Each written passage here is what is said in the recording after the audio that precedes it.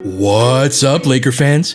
Anthony Davis wants to win the Defensive Player of the Year award this year. In this video, we'll take a look at how that's well within his grasp. The core of AD's defense is his rim protection, where he possesses several rare attributes that make him one of the best shot blockers in the NBA. First is his length. He had a 7'6" wingspan coming out of college, which may have grown since then, and while his standing reach wasn't measured, it's up there amongst the best in the NBA. Here he swallows up Montrezl Harrell. He combines that with quick reflexes that allow him to strip opponents down low or block their shot before it's left their hands.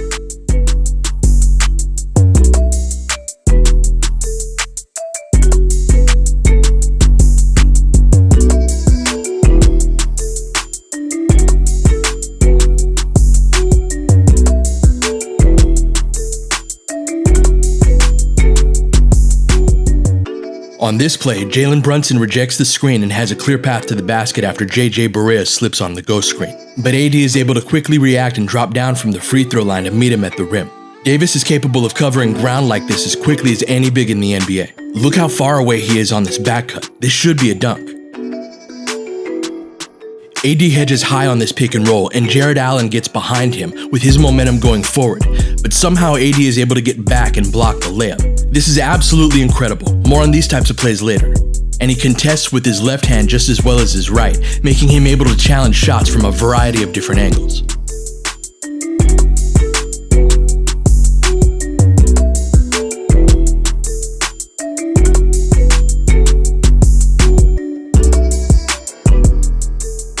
His rim protection allows guards to be more aggressive on the perimeter, both on the ball and off of it.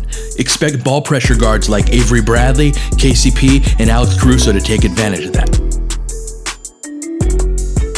Danny Green does a good job of sitting on James Harden's left shoulder and preventing the step back, similar to what we see on this play, and then funneling him into the big for a floater.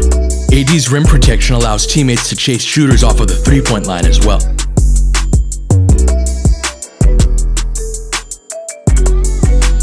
And even beyond intentional strategic decisions, AD cleans up a ton of mistakes from perimeter players that would otherwise be an easy shot at the rim.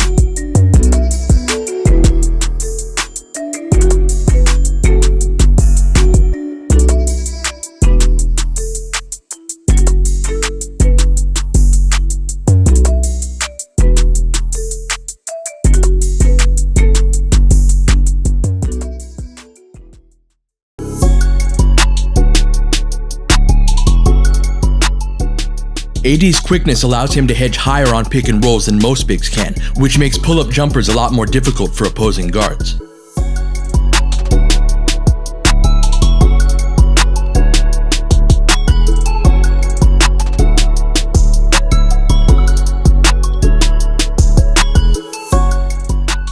This frequently leads to AD discouraging pull-up threes altogether.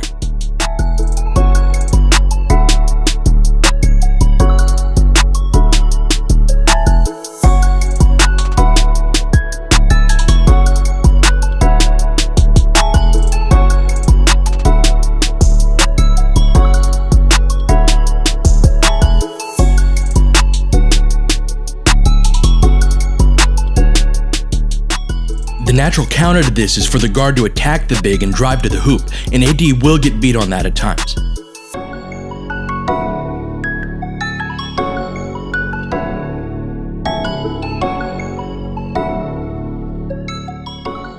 But he wins enough of these battles with his quickness and recovery speed to make this a viable option for him.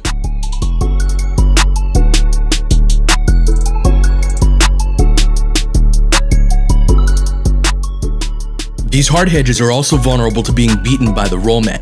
Weak side rotations have to be solid to prevent open looks.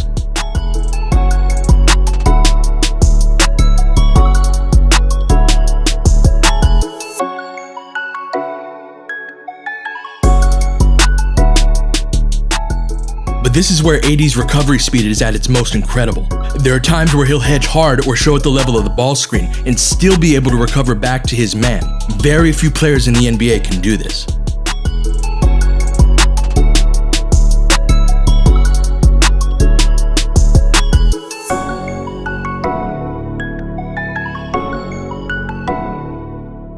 He'll also deflect pocket passes on these with his quick reflexes.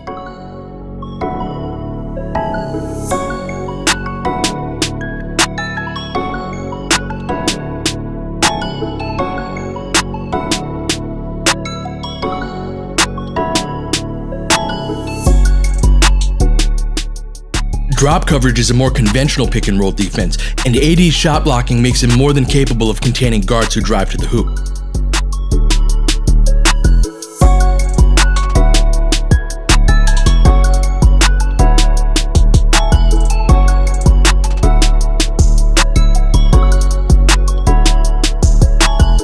These are vulnerable to pull-up jumpers though. On these two plays, you see the distance between AD and the shooter, and that's always going to be the case on drops, especially if the defensive guard doesn't provide good back pressure.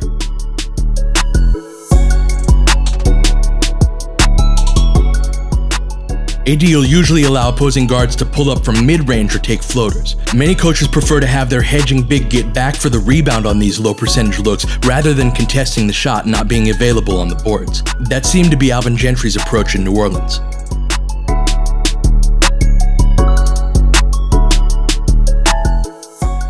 These drops are even more conducive to AD recovering back to his man than the hard hedges are, so he typically needs less help from the weak side tagger than most bigs do.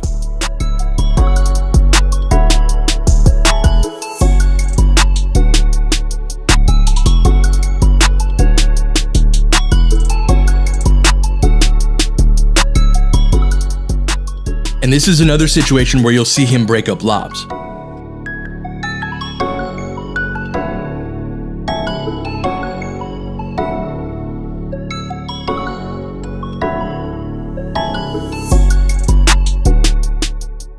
And he'll disrupt those pocket passes on drops too.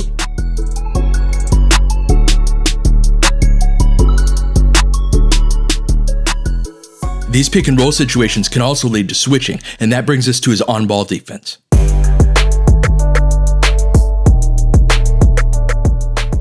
While he'll get beat on the perimeter from time to time, he's capable of sticking with some of the best guards in the NBA. This is likely why his on-off numbers are better at the 5 than they are at the 4. Switching largely negates a team's screening ability, so if your 5 can do this, it really shuts down the options that the opposition has.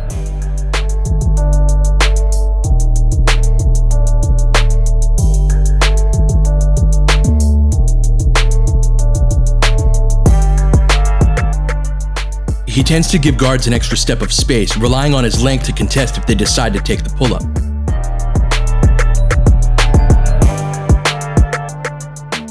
But sometimes he sags off too much, and that'll allow an open shot.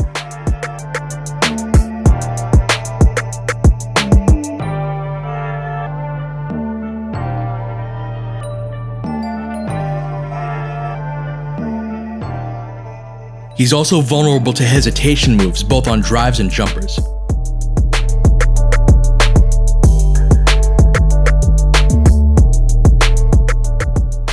But he'll exploit the weaknesses in a perimeter player's skill set. If a guy can't dribble, he'll pressure them and not let them get a quality shot off.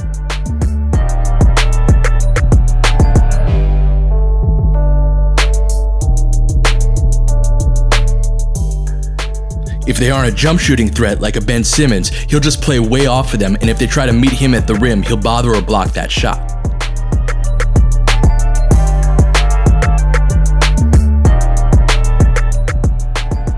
AD also uses his length in ball pressure situations to get a lot of deflections.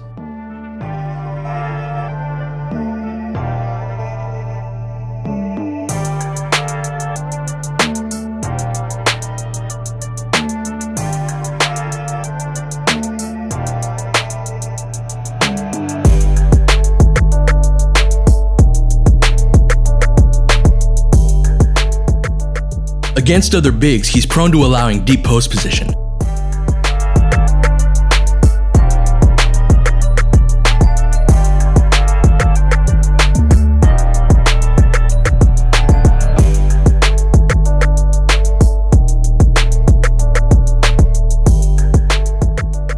But if the post touch is a little farther out, he uses his quickness to beat bigs to the spot and cut off their angles to the basket.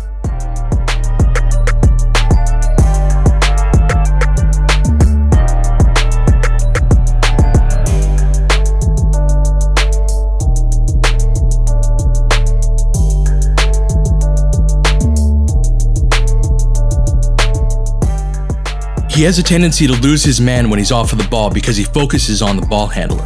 This is true in box-out situations as well.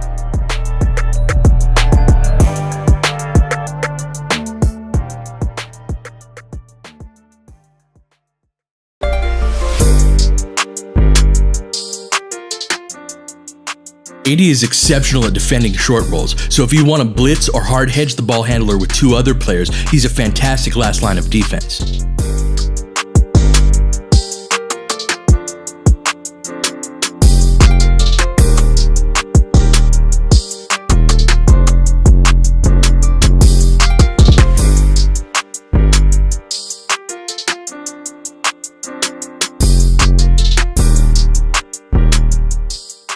He'll also look for opportunities to help teammates in isolation or post-up situations, sneaking up on opposing players to bother or block their shot.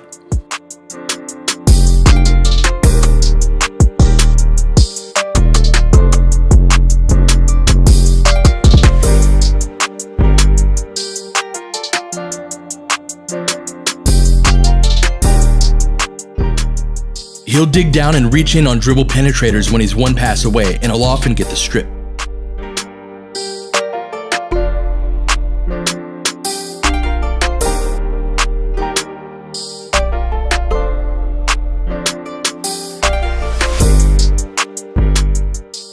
AD also uses his quickness and instincts to jump passing lanes, which leads to fast breaks that I fully expect LeBron to take advantage of.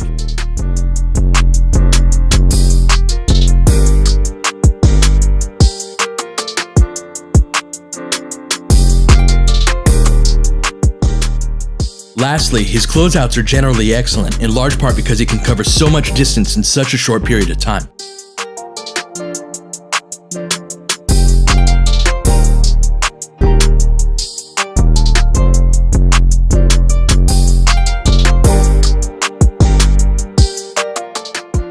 But this is another area where he has a tendency to play off of his men just a step too far.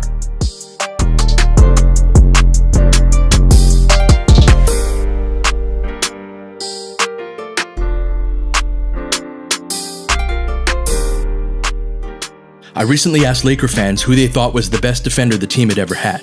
If he sticks around and stays healthy, Anthony Davis might end up being the answer to that question. Laker Film Room is dedicated to helping you experience the Lakers and the game of basketball on a deeper level.